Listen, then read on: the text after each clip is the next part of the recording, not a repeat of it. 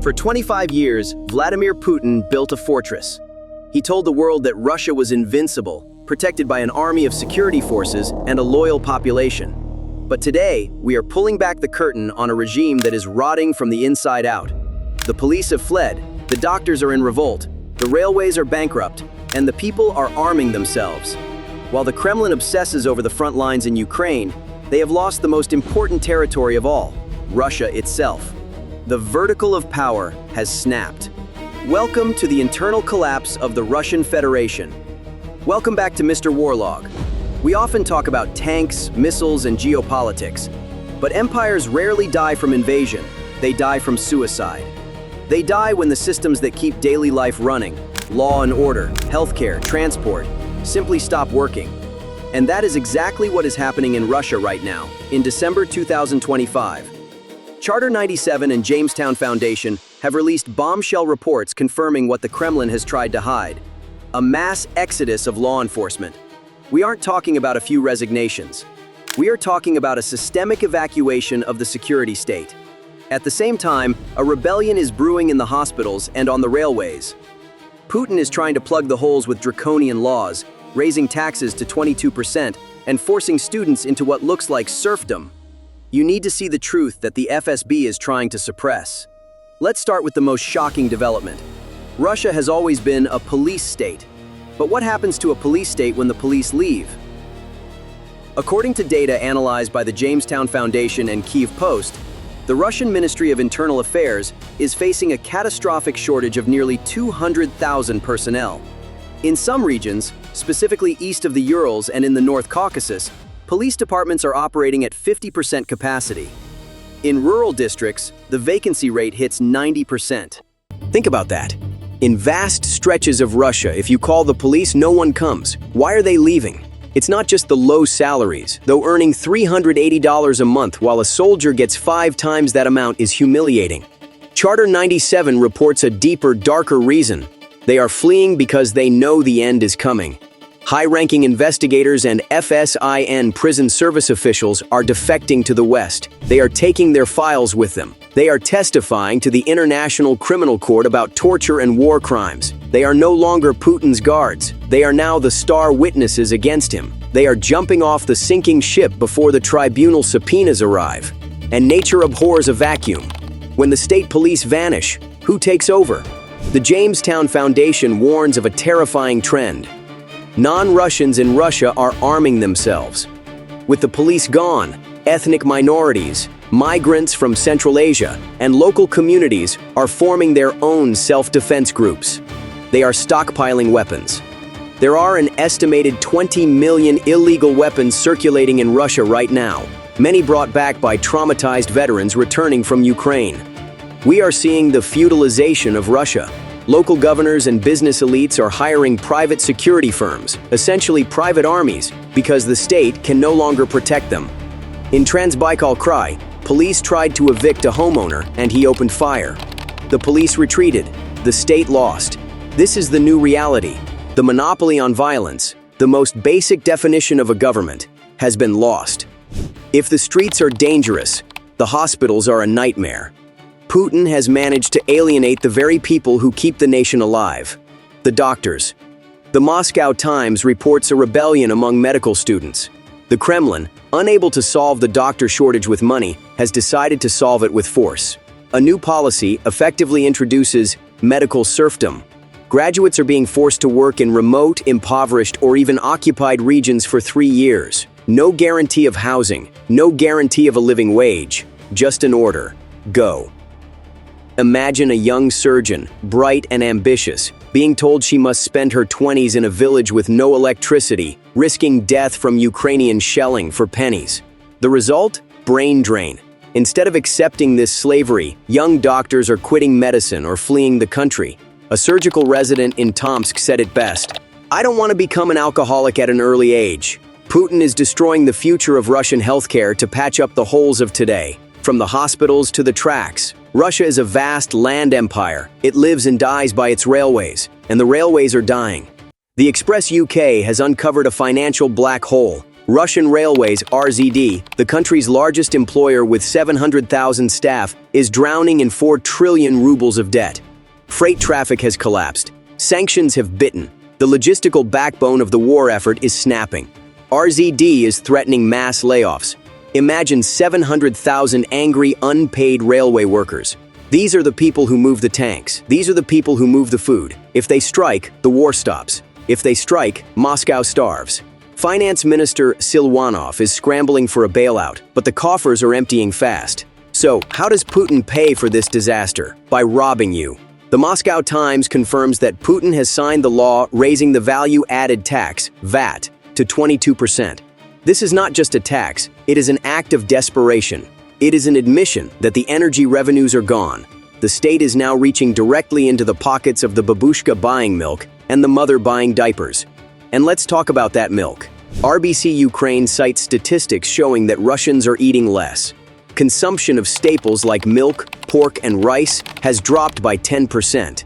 The victory hour tax mentioned in previous reports, where workers are coerced into donating wages to the army, is the final insult. You pay 22% VAT, you donate part of your salary, and in return, you get no police, no doctors, and a freezing apartment. While the people suffer, the Kremlin is consuming itself with paranoia. We are seeing a purge of the intelligentsia. Scientists working on hypersonic missiles, the wonder weapons Putin bragged about, are being arrested for treason. The regime is eating its own brains. Even Sergei Lavrov, the veteran face of Russian diplomacy, is being sidelined. Reports suggest he was kicked out of delegations and ignored by Trump's circle. Putin is isolating himself, listening only to the echo chamber of the FSB, while the rational voices are silenced or jailed. And looming over all this human drama is the physical decay of the Russian cities. We must revisit the infrastructure front. The war economy is a jealous god. It demands all the steel, all the engineers, and all the money. There is nothing left to fix the pipes. The Kommunalny heating systems, built by the Soviets, are crumbling. From Podolsk to Vladivostok, hundreds of thousands are facing a winter without heat. This is the ultimate breach of contract. Russians traded their freedom for stability and a warm home. Now they have neither. A superpower that cannot keep its citizens warm is a failed state.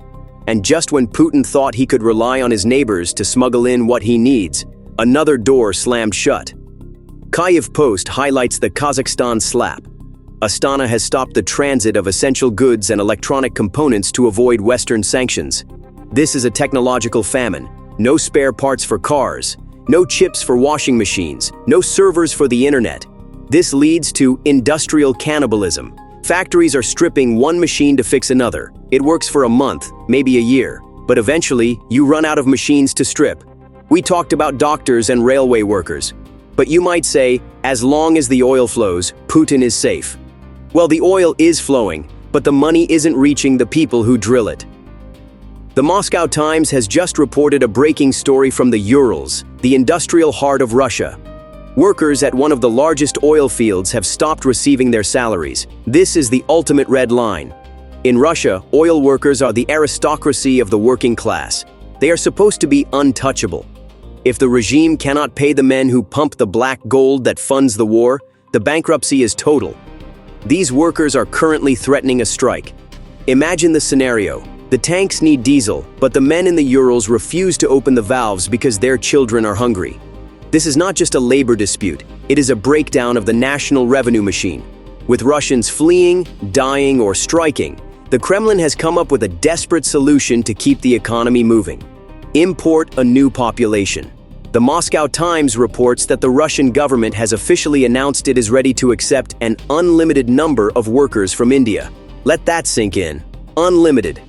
Putin spent years promoting Russian nationalism and traditional values. Now faced with a demographic collapse caused by his own war, he is trying to replace the mobilized Russian men with millions of foreign laborers. This is a desperate attempt to stop the wage inflation that is killing the budget, but it creates a massive social time bomb. Bringing in millions of people from a completely different culture into a xenophobic, war-weary society is a recipe for ethnic conflict on the streets of Moscow. It is proof that the Russian world concept has failed. Russia can only survive now by becoming something else. While the domestic front collapses, the diplomatic clock is ticking louder than ever. According to reports from the Financial Times and Censor.net, Donald Trump's team is pushing for a peace deal between Ukraine and Russia by Christmas. The plan involves Kyiv making territorial concessions. On the surface, this looks like a win for Putin, but looks are deceiving. Putin is terrified of this timeline. Why? Because his economy cannot survive peace, and it cannot survive war. If the war stops, the military factories close, and millions of soldiers return home to unemployment and unpaid wages. If the war continues, the banking system collapses. Trump's fast peace might actually pull the rug out from under Putin's war economy before he is ready to transition. The Guardian's veteran analyst Simon Tisdall makes a chilling point that connects all these dots. He argues, Putin should have accepted Trump's offer. Now, Russia's collapsing economy could lead to his downfall. The window of opportunity is closing. The economic rot, the unpaid oil workers, the fleeing police, the debt, is moving faster than the tanks. Putin thought he could outlast the West, but he cannot outlast his own bankruptcy. By refusing to stop earlier, Putin has doomed himself to ride the tiger until it eats him. He is now trapped in a war he cannot afford to fight, but cannot afford to stop. But perhaps the most terrifying aspect of this collapse isn't economic, it's social. Putin has designated the veterans of the special military operation as the country's new elite. But who are these people? Tens of thousands of them are convicted murderers, rapists, and thieves recruited from prisons into Storm Z units. Now they are coming home. They return with PTSD, with weapons, and with a sense of total impunity. Independent media outlet Verska reports that crimes committed by returning soldiers have spiked by record numbers. Imagine the horror. A mother calls the police because a returning hero is attacking her neighbors. But the police station is empty, as we discussed in Section 1. And even if they come, they are afraid to arrest a war hero. Putin has unleashed a wave of violence upon his own society that will last for a generation. He emptied the prisons to fill the trenches, and now the trenches are emptying back into the playgrounds and schools of Russia. Finally, let's look at the death of the Russian dream. For years, the one thing Putin offered the middle class was the ability to buy an apartment. Cheap mortgages were the bribe for political silence. That bribe has been canceled. With the central bank raising interest rates to combat inflation, mortgage rates have hit an insane 25% to 28%. No normal family can afford this. The construction sector, a massive employer, is freezing up. People who bought apartments off-plan before they were built are now terrified that the developers will go bankrupt, leaving them with debt and no home. This creates a class of people with nothing to lose. When you take away a man's home, you take away his fear. So, let's step back and look at the horrifying mosaic we have built today. The security forces are evacuating the ship. The doctors are enslaved. The oil workers, the regime's cash cows, are unpaid. The population is being replaced by foreign labor, and the global powers are forcing a deadline that Russia is too weak to handle. This is not resilience. This is the terminal phase of a system failure. Vladimir Putin wanted to go down in history as the man who restored the Russian Empire. Instead, he is presiding over the liquidation sale of the Russian Federation. The silence in the police stations, the anger in the oil fields, and the panic in the Kremlin corridors all tell the same story. The center cannot hold. What do you think? Will the unpaid workers in the Urals be the spark that starts the fire? Is Trump's peace plan a lifeline or a trap for Putin? I really want to hear your thoughts. Drop a comment below. If you want to see the reality of the war economy that the mainstream media misses, hit that like button and subscribe to Mr. Warlog. We follow the money, the oil, and the truth. I am Charlie from the Mr. Warlog team. Stay safe. Thanks for watching.